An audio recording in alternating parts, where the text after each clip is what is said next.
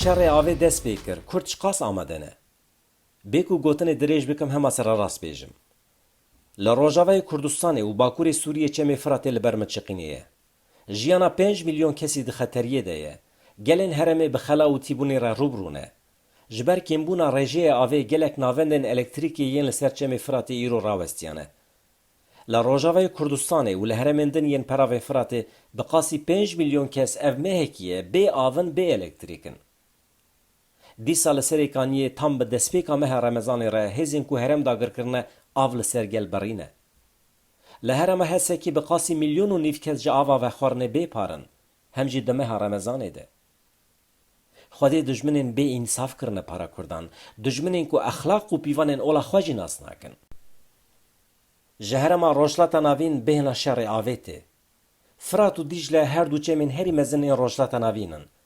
Bi hezaran salan e ji nava singa Mezopotamyayê jorîn derdibin, çiqas çem û rûbarên herêmê hene digirin nava xwe mezin dibin, ber bi Mezopotamyayê jêrîn ve diherikin. Li ser bihorên xwe hem ji xwezayê re hem ji mirovên herêmê re bûne çavkaniya jiyanê. Li peravên van çeman pir medeniyet saz bûn, gund û bajar hatin avakirin. Bi feydeyên xwe bûne wekî şahdamarên welatê Mezopotamyayê. Lê îro ev şahdamar xitimî ne. Em peymanên navnetewî daynin aliyekî. Li gorî exlaqê mirovahiyê tu hêz divê pêşî li van avan nekire, ev sûç e, guneh e.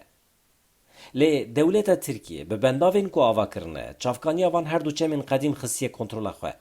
Li gorî berjewendiyên xwe yên siyasî, li hember gelên herêmê wekî amûrekî şantajê bikartîne.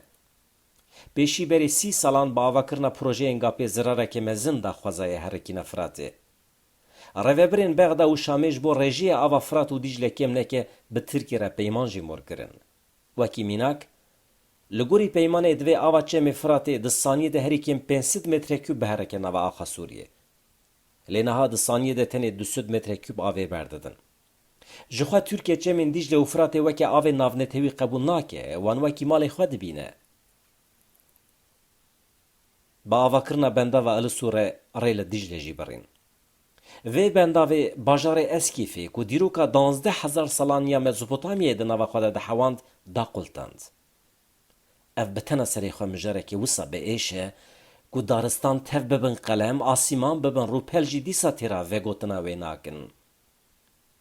Ji bilî kuştina Eskîfê, ziranî ku vê bendava Kambaxda ye başûrê Kurdistan û Iraqê di astêye felaketekê xwezayî de ye.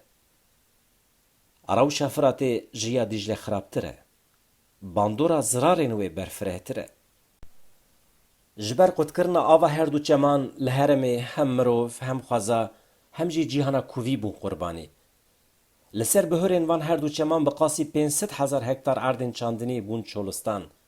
Di serî de birinc, çandiniya bi dehan zad û nebatên din bi temamî rawestiyan. Di nava salekî de hêjmara dewar û pez ji sedî 30 kêm bû. Her meh bi tonan masî li peravên Firatê telef dibin. Ev meheke navenda hilberîna elektrîkê ya tebqayê rawestiye ye. Ev jî bandor li 5 milyon kesî dike.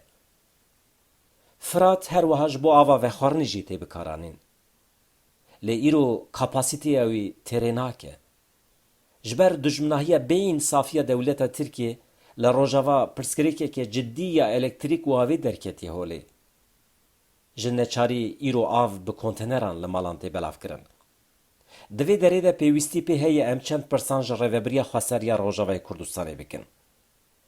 Di vê rewşa awerte ya dibin tehdîtan de, madem rejîmên Sûriye û Tirkiye dijminahiyê dikin, gelo rêveberiya Rojava di mijara peydakirina çavkaniyên alternatîf yên enerjiyê de di nava kîjan lêgerinan de ye.